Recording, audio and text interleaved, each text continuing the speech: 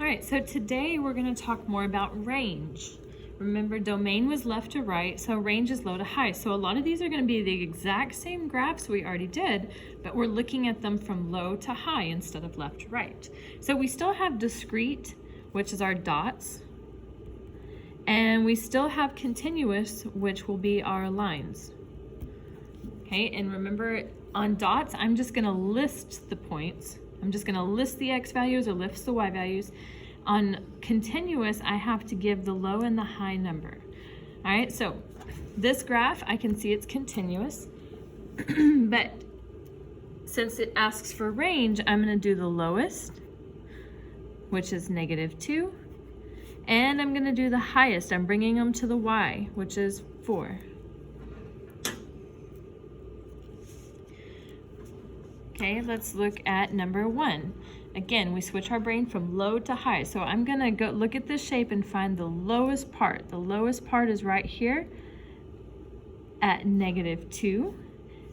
And it's on a solid line, so I can treat it like a solid circle. And the highest is at 4. It's on a solid line, so I can treat it like a solid circle. So we're talking about range, so I know it's y. I have 2 endpoints down here and up here, so I'm going to start with less thans. It goes as low as -2. It goes as high as +4.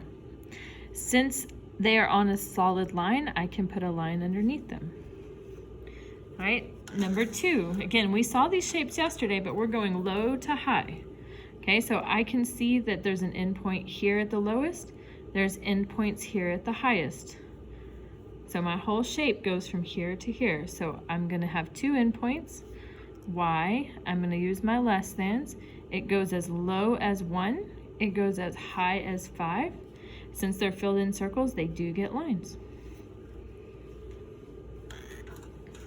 All right, 3, I'm going from low to high. So I'm going to start with my Y, I'm doing range.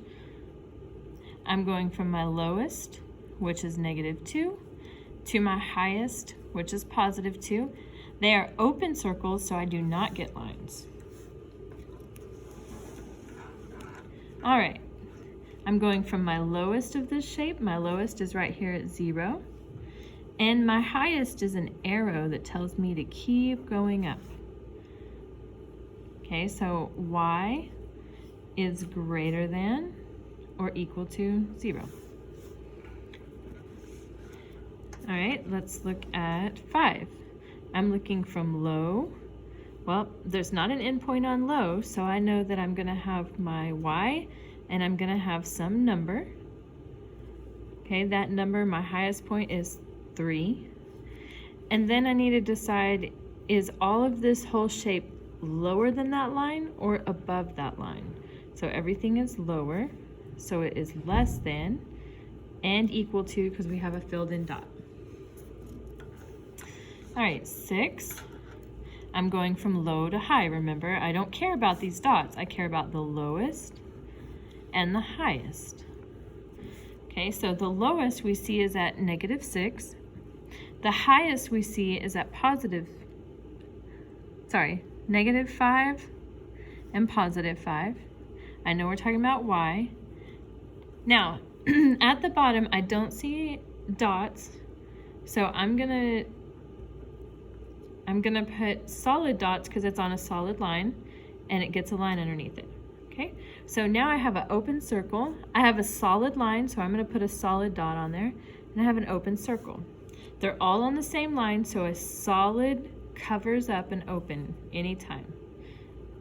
So that one gets a line also. All right, so on this one, we're going from low to high. So here's my lowest. Here's my highest, but it tells me to keep going on past it, so there's not really a highest. Okay, so I'm going to do y. I see I have 1 endpoint. It really stops right there. So my important number is 2. Everything is above 2, so it's greater than. And it's at a solid line, so it gets a line underneath. This shape, when I go from low to high, the lowest is at -4, and the highest stops at 1, 2, 3, 4, 5, 6, 7. Okay, so I know I have 2 endpoints. It does have a lowest and it does have a highest. Now I need to decide, does it get a line? So at -4, it's a solid line, and at 8, it's a filled in, or at 7, it's a filled in circle. So they get lines. All right, number 9. I can't put a line for the lowest because I run into an arrow. It tells me to keep going. I can't put a line for the highest because I run into an arrow that tells me to keep going. So if I have arrows going in both directions and I can't put an endpoint, it is all real numbers. All right, so you are going to complete the back on your own, and you're going to get a stamp on it.